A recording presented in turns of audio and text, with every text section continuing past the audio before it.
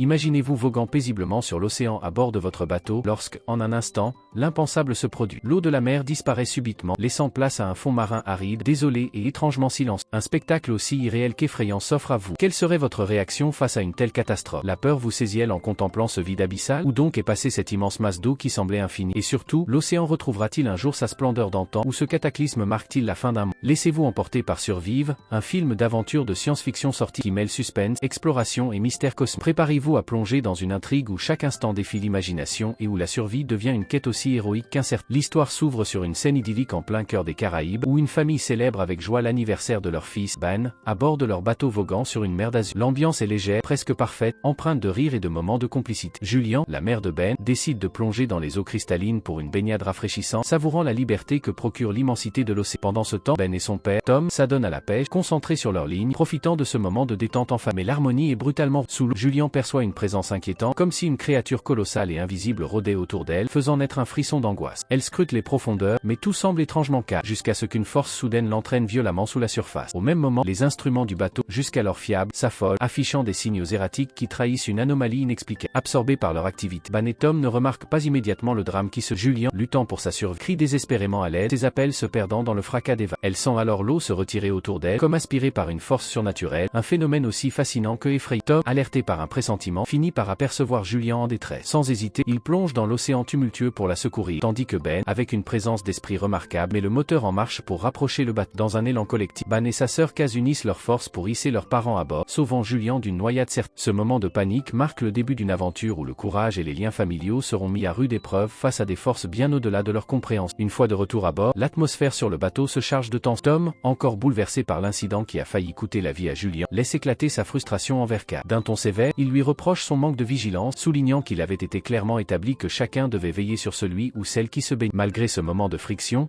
la famille décide de mettre cet épisode derrière elle pour se concentrer sur la célébration de l'anniversaire de Ben, tentant de retrouver une certaine légèreté. Mais la sérénité est de courte durée. Au milieu des festivités, Kaz reçoit un appel troublant de son petit ami. À travers l'écran, elle découvre avec effroi des images d'une tempête dévastatrice qui s'abat sur la ville où il se trouve, avec des vents hurlants et des éclairs déchirant le ciel. Inquiète, elle partage immédiatement cette nouvelle avec ses parents, consciente que leur position isolée en pleine mer les rend vulnérables. Une ombre d'appréhension s'installe alors que la famille s'active pour vérifier l'état du bateau, s'assurant que tout est prêt à affronter une éventuelle intempérie. En scrutant les eaux autour d'eux, ils remarquent un phénomène inhabituel. Des baleines et des requins nagent frénétiquement près du bateau, décrivant des cercles nerveux. Tom, fort de son expérience, reconnaît ce comportement animal comme un signe alarmant, un avertissement de la nature qu'une tempête d'une ampleur exceptionnelle se profile à l'horizon. Tom décide de plonger dans les eaux troubles pour inspecter les dégâts. Sous la surface, il découvre avec effroi une énorme bosse déformant la coque, probablement causée par la charge puissante d'un requin colossal. Lorsqu'il remonte à bord, son visage est marqué par la douleur. Il est grièvement blessé, son corps portant les stigmates de cette rencontre périlleuse. Julian, malgré la panique, prend les choses en main avec un calme déterminé, recousant soigneusement les plaies de Tom pour stopper l'hémorragie. Une fois stabilisé, Tom, encore affaibli, explique à sa famille la gravité de la situation. La bosse infligée par le requin a rendu le bateau inopérant, les immobilisant en pleine mer. Leur seule chance de survie repose désormais sur une demande de secours, mais les communications radio sont hors service, aucun signal ne passe. Pourtant, un mince espoir persiste. Ils se raccrochent à l'idée que leur bateau se trouve sur une route maritime fréquente où un navire de passage pourrait, avec un peu de chance, repérer leur détresse. Cette lueur d'optimisme, fragile mais tenace, devient leur ancre dans une situation qui semble de plus en plus désespérée, alors que l'ombre de la tempête se profile à l'horizon. Tout à coup, un vacarme assourdissant déchire le silence à l'extérieur, faisant trembler l'air autour du bateau. Intrigués et alarmés, les membres de la famille se précipitent pour regarder et sont saisis d'effroi. Un énorme météore, incandescent et menaçant, fonce droit sur eux, traînant dans son sillage une lueur apocalyptique. L'impact est si violent que leurs esprits s'éteignent, et ils sombrent tous dans l'inconscience, abandonnés à un destin incertain au cœur de cette tempête cosmique. Lorsqu'ils reprennent conscience, la famille est miraculeusement en vie, bien que marquée par des blessures douloureuses. Étourdis, ils constatent avec stupéfaction qu'un immense trou béant s'est formé dans la coque du bateau, mais contre toute attente, aucune goutte d'eau ne s'y engouffre. Intrigués et tremblants, ils sortent prudemment du bateau et sont saisis par un spectacle à la fois irréel et terrifiant. Autour d'eux,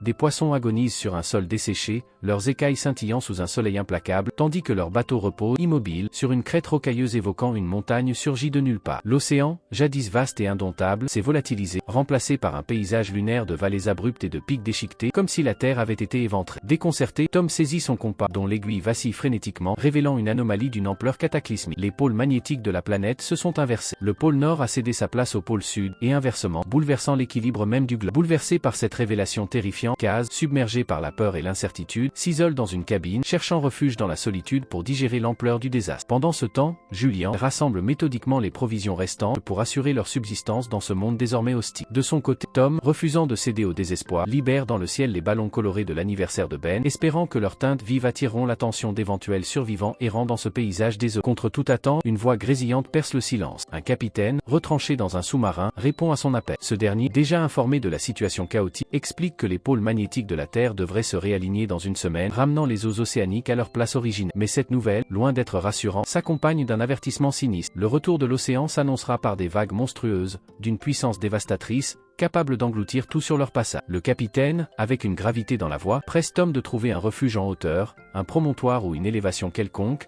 pour maximiser leurs chances de survivre à ce raz-de-marée imminent. Pendant ce temps, Tom, animé par un instinct paternel inébranlable, engage une discussion cruciale avec le capitaine du sous-marin. Il le supplie d'accueillir ses enfants à bord, convaincu que le submersible offre une chance de survie bien supérieure à leur situation actuelle. Le capitaine, la voix lourde, explique qu'il ne peut accepter qu'une seule personne supplémentaire. La perte d'un membre de son équipage a réduit l'espace à bord à son strict minimum, rendant toute exception difficile. Refusant d'abandonner, Tom insiste avec ferveur, plaidant pour la vie de ses deux enfants, Ben et Kaz. Dans un élan de désespoir, il promet de faire tout ce que le capitaine exigera en échange de leur sécurité, mettant son propre sort de côté. Touché par cette abnégation, le capitaine finit par céder, acceptant, non sans réticence, de prendre les deux enfants sous sa protection. Rassemblant leur courage, la famille se prépare pour ce périple incertain, un voyage où chaque pas les rapproche d'un espoir fragile, mais où chaque instant les confronte à l'implacable réalité d'un monde en plein chaos. Au petit matin, Tom, scrutant l'horizon, aperçoit une silhouette étrange se profiler au loin. Un homme, boitant et visiblement blessé, accompagné d'un chien familier. Mu par un élan de compassion, Tom s'approche pour lui offrir de l'eau, un geste d'humanité dans ce monde brisé.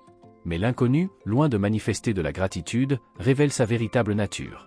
Dans un éclat de violence soudaine, il brandit un couteau et, avec une froideur terrifiante, ôte la vie à Tom sous les yeux horrifiés de Julien, qui assiste, impuissante, à cette tragédie. Dévastée mais galvanisée par l'instinct de protéger ses enfants, Julien se précipite vers le bateau, traînant Ben et Kaz à l'intérieur. Elle les enferme dans une cabine, barricadant la porte pour ériger une fragile barrière contre le danger. Pendant ce temps, le tueur, un prédateur affamé par des jours de survie impitoyables, atteint le bateau et commence à le fouiller avec une avidité brutale. Découvrant les réserves de nourriture, il se jette dessus, dévorant tout ce qu'il trouve comme un animal affamé, indifférent au chaos qui l'assaut. Julien se réfugie dans la salle de bain, où elle entreprend de recoudre ses propres blessures, mais le chien du tueur, flairant sa présence, trahit sa cachette. Pour préserver son silence, Julien, le cœur lourd, n'a d'autre choix que de tuer l'animal, un acte qui la plonge dans un mélange de culpabilité et de nécessité. Elle se glisse alors sous le bateau, espérant rester invisible. Mais le tueur, découvrant le corps sans vie de son chien, comprend avec une rage froide que Julien est quelque part à l'extérieur, prêt à traquer sa proie dans ce théâtre d'horreur qu'est devenu le fond marin. Mais la marée de créatures, impitoyables et innombrables, les submerge rapidement, transformant leur refuge en un piège mortel. Le lendemain matin, Julien émerge de son inconscience, le corps endolori et l'esprit embrouillé. Une vague de panique la saisit lorsqu'elle réalise que Ben et Kaz ont disparu. Son cœur s'emballe, terrifiée à l'idée qu'ils aient succombé au danger de cet environnement hostile. Mais, au loin, elle les aperçoit, revenant avec des provisions et des armes glanées dans les décombres, leur visage marqué par la fatigue mais animé par une lueur de détermination. Soulagé, Julien reprend son souffle et se concentre sur sa propre blessure, soignant méticuleusement la morsure infligée par le crabe, chaque geste renforçant sa résolution de protéger sa famille. Elle parvient à établir un nouveau contact radio avec le capitaine, mais ses espoirs s'effondrent lorsqu'il lui révèle, d'une voix affaiblie, qu'il a été attaqué par des créatures marines surgies de ce monde bouleversé. Gravement blessé, il avoue être incapable de leur venir en aide. Pire encore, il annonce que l'océan s'apprête à revenir, ramenant avec lui un flot de créatures marines encore plus agressives. La situation se complique davantage, leur carte, essentielle pour localiser le sous-marin, s'est perdue dans la fuite, les laissant sans repère dans ce désert marin. Dans un ultime effort, le capitaine tire une fusée éclairante, un signal lumineux qui déchire le ciel-terre. Ben, l'œil vif, repère cette lueur salvatrice, offrant à la famille une direction à suivre dans leur quête désespérée. Laissés par le temps, ils foncent vers le sous-marin, mais leur chemin traverse une zone toxique où l'air vicié et les flaques empoisonnées menacent leur survie. Kaz, rongé par le doute, commence à remettre en question la capacité de sa mère à les sauver, et une dispute éclate, les nerfs à vif dans cet environnement oppressant. Alors qu'ils progressent péniblement, un glissement de terrain soudain fait trembler le sol, et un rocher massif s'effondre, piégeant Julien en arrière. Dans un cri déchirant, elle ordonne à Kaz de protéger Ben à tout prix, lui confiant la survie de son frère comme une mission sacrée.